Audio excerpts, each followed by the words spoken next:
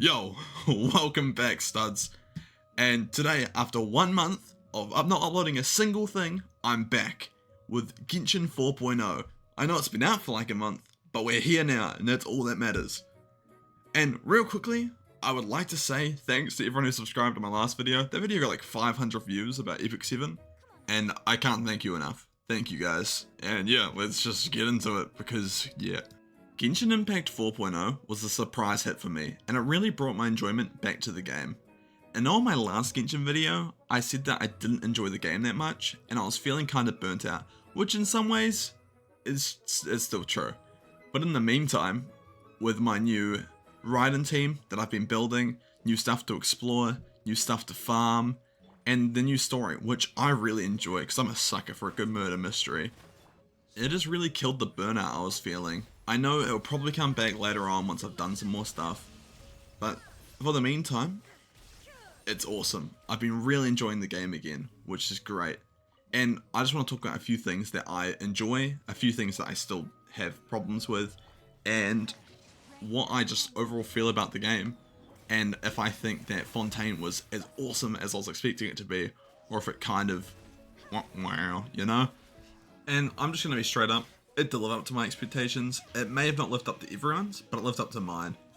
Personally, I think there is some issues with it still, but I'll talk about them. But there's definitely a lot more positives with Fontaine than negatives. So let's start off with the positives, which I believe there's a lot more of than negative, which is great. We're going to be talking about the map, the exploration, the water exploration, the new puzzles, the story, the rewards, kind of, and then the new characters.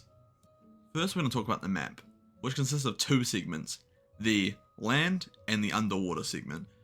I'm going to talk about the land one a little bit, and then we'll talk about the underwater one a little bit also, but I mostly want to focus on underwater. So, on the land, most of it is the same old, you know, open vast fields, grass. There's a lot more mountains, like pointed mountains in Fontaine, which I actually like. I really like that geometry. It's quite pleasing to my eyes. But then the main thing is the cities. The cities are gorgeous. They're multi-leveled. Their layout is so cool.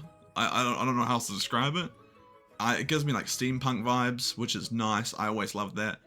And overall, I think that the above land is very, very good. Next is the underwater. The underwater is actually going to be my main focus of the segment, because I really am surprised about how well they did the underwater segment.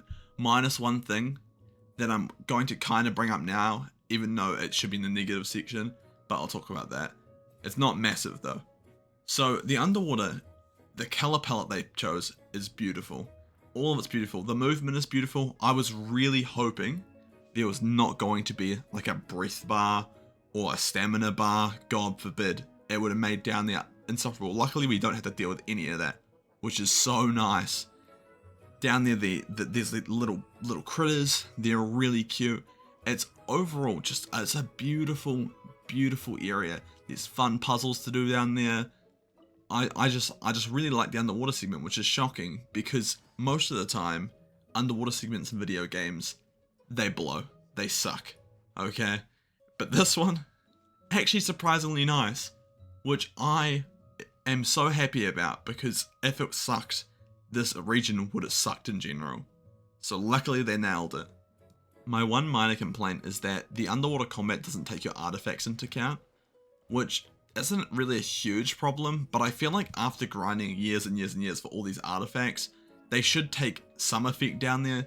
It's kind of like, I know it's only one small segment of the overall grand map, but like having an entire region underwater where I'm underwater for a long time, I would assume. I'm going to probably have to grind down there and farm down there. It's going to kind of suck not being able to upgrade my damage down there or anything. I guess for some people, that would be good, considering they want to have the best artifacts. But for most people, including me, oh, what can I say? Kind of have cracked artifacts. Oh, just stretching, you know. Ooh. If I had to compare regions, I would say that Fontaine is probably in second place, and it hasn't even fully released. It could maybe drop down to third place if the water exploration gets too much or something goes wrong. Hopefully it doesn't, but you never know. While we're on the topic of talking about the map, let's talk about what you actually do while you're exploring. Well, you do the puzzles. And these puzzles are actually kind of on the better end of puzzles in my opinion. I really enjoy the underwater puzzles. I feel like they're just nice, simple fun. There's a lot of them. You get rewards. You can't complain. There's a lot of stuff to do. Some of them are really fun, like when you jump on the airship and it like flies you around and stuff. Those are fun. Some of them are just the usual. Grab balls in a certain amount of time, kill the enemies. Those are always fine too. Follow the Sealy. Yeah, those ones. Like, some of them are the same. Some of them are really good. I really enjoy the puzzles. I'm just happy there's more. I don't think we can ever have enough puzzles in the overworld, which is why whenever more get released, I always see it as a positive. Yeah, so that's enough about that. Let's talk about the story. Spoiler free, of course, because it's a murder mystery, and I don't want to deprive you of the mystery part. So I'm going to keep it brief, and I'm going to keep it simple. I found it awesome. I loved it. It's my new favorite quest. Inazuma comes close, but this is my new favorite quest. I like nearly all the characters you meet. My new favorite one came out. Like, my new favorite character ever. Design-wise, personality-wise. I loved them. They were awesome. Enjoyed them a lot. And when they come out, expect a video of me pulling for them and then using them. Hopefully I get them. I'm on 50-50. Please, however. Please. No, seriously though, I thought the story was absolutely immaculate. There is a few plot holes, which I've heard people say. But you just don't think that hard about it. You can guess who it is before the story actually concludes, which was really nice, because if it was just out of the blue, it's like, this person, that would have sucked.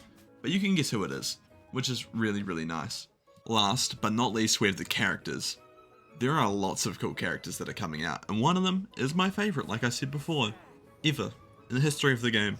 Design-wise, personality-wise, I loved them. But here's a few that I also am looking forward to. I won't be able to pull all of them, sadly. But you have Navia, you had, like, the gun lady, the electro gun lady, I can't remember her name off the top of my head. You have obviously the Lenny and the Lynette, awesome. You have Nouvelette, you have Frina, just a bunch of characters that are really cool coming out, especially a few. You have Navia, Nouvelette, and Frina. I love all three of those. One of them just so happens to be awesome.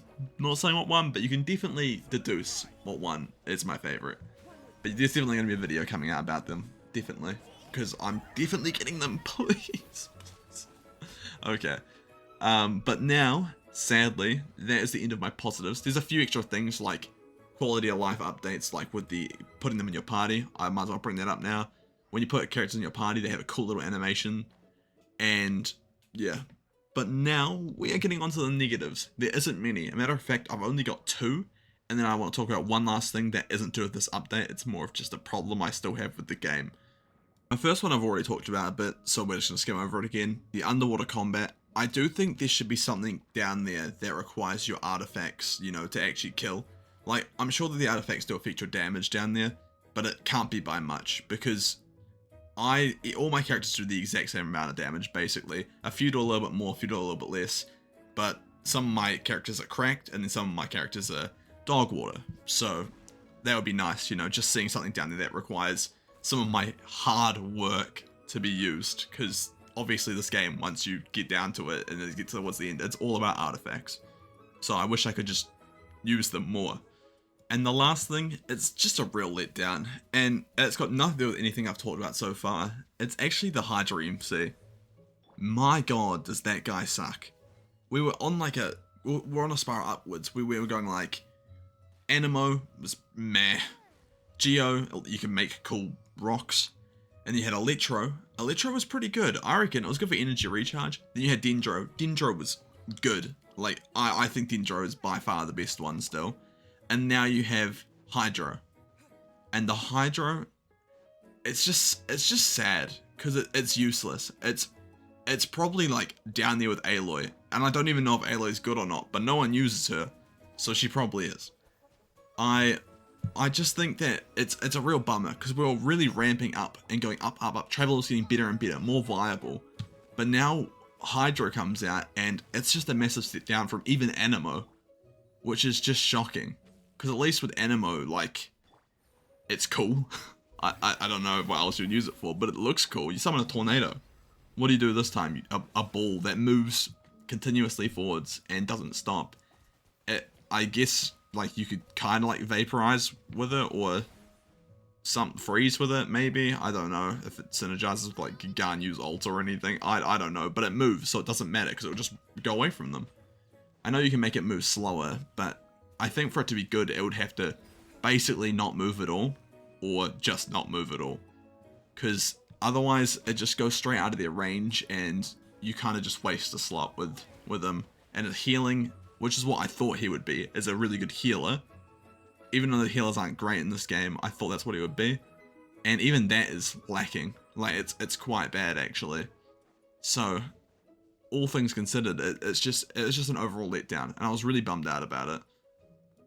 Yeah, that's what I think about Fontaine. Overall, it's a good breath of fresh air compared to the desert that we had and all that stuff. The underwater experience, oh, I love it. It's just different. It's different. And that's what we've been needing in this game. One thing I can say is the combat hasn't changed at all. And what I'm going to talk about next is to do with that, and it is going to be how the Spiral Abyss is still all we have for the in-game content. I know, this game will never ever have anything else that is in-game content, I swear. Like, I'm pretty sure they've even actually said it, like, the Spiral Abyss is it. And I've been appreciating the Spiral Abyss a bit more now that I've started playing again. I actually kind of enjoyed this rotation. I just couldn't 36 star it, only just. I got so close. I think I was like 2 stars short in the end. And I was just like, yeah, I'm good. I can't be bothered putting myself through that again. I've been building a new Raiden team, and it's been really enjoyable. But I kind of do wish there was something else, because the Spiral Abyss, I can already tell I'm going to get bored of it quite fast. But at the same time, it's like, if I want the primos, I've got to do it. And I can't complain, I guess. So it's just, I wish there was something else. And I was really hoping they would add something else with this update, or maybe next update, you know, just anything. It doesn't even need to be hard, because I know it's bad to bring it up or whatever, but in Honkai Star Rail, we've got Simulator Universe, and they just dropped something called the Swarm Disaster, or the Bug Disaster, or something like that, and that game mode is awesome. Like, it slaps. And I just wish Genshin had something like that, because it would really make me come back to it and just enjoy it and really want to actually build my characters, instead of just kind of use it as like a fun open world game where I run around and all my characters one-hit everything. I just wish there was a little bit more challenge in some areas. I know it's a mobile game, although it's just a tiny bit more challenge. But yeah, if I was to rate Fontaine in like an overall, like just by itself, like not including anything else, I would probably give it a good solid 8. If the water exploration gets stale, it might even drop down to a 6. But I'd say it's an 8, because we haven't got the whole region yet. I'm not going to rate it 10, just because we're not heavy everything yet. I don't think there's any 10s in this game, actually, not at the moment. The Inazuma got pretty close while the story was going on. That was pretty close to a 10. But yeah, I do hope you enjoyed this video, and like I said, please consider liking and subscribing. And if you made it this far, I mean, you're an absolute legend. I got no rewards for you. I guess you just have to listen to my voice for a little bit longer. Maybe go check out another one of my videos. And yeah, have a great day, night, evening, high noon.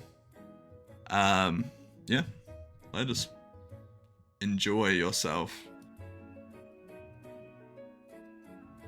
Please give me primo gems.